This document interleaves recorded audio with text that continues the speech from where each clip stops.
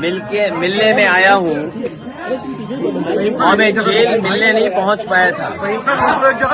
मैं आज अभी आपसे बैठ कर के स्वास्थ्य को लेकर के और उनका हालचाल ले रहा हूँ। और आदरणीय आजम खान साहब वो बहुत पुराने नेता हैं। पुराने नेताओं की बात ही कुछ और है, पुराने लोगों की बात ही कुछ और होती है। ये हमारी पार्टी के दरख्त हैं, इतनी गहरी जड़ें और उतना ही गहरा उनका साया भी हम लोगों के साथ हमेशा रहा है।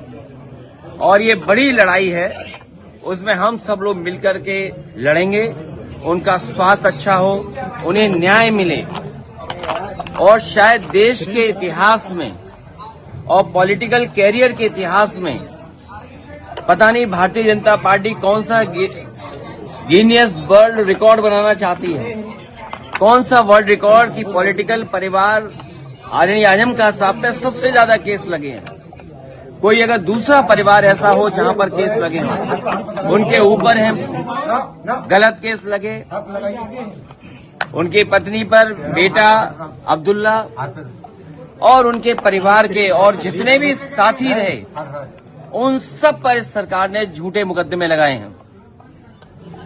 और इतना तकलीफ परेशानी किसी को नहीं पहुंचाई गई होगी जितनी आदरणीय आजम खान साहब और उनके परिवार को पहुंचाई गई है। ये कोई वर्ल्ड रिकॉर्ड बना रही है भारतीय जनता पार्टी।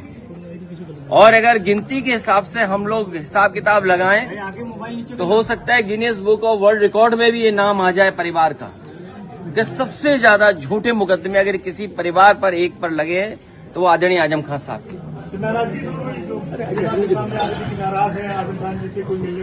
मैंने आपसे कहा कि पुराने लोग, पुराने समाजवादी जो नेताजी के साथ रहे और जो नेताजी के साथ हैं, उनकी बात ही अलग होती है। 2027 में क्या देखते हैं अगले जी?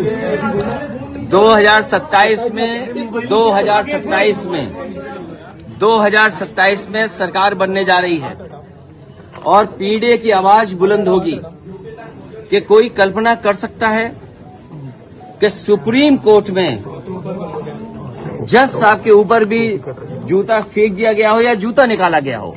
हालांकि वो बात यहाँ करने की नहीं है। आज मैं आदरणीय आजम खान साहब का हालचाल लेने आया था क्योंकि जेल नहीं पहुंच पाया था, इसलिए मैं मिलने आया था।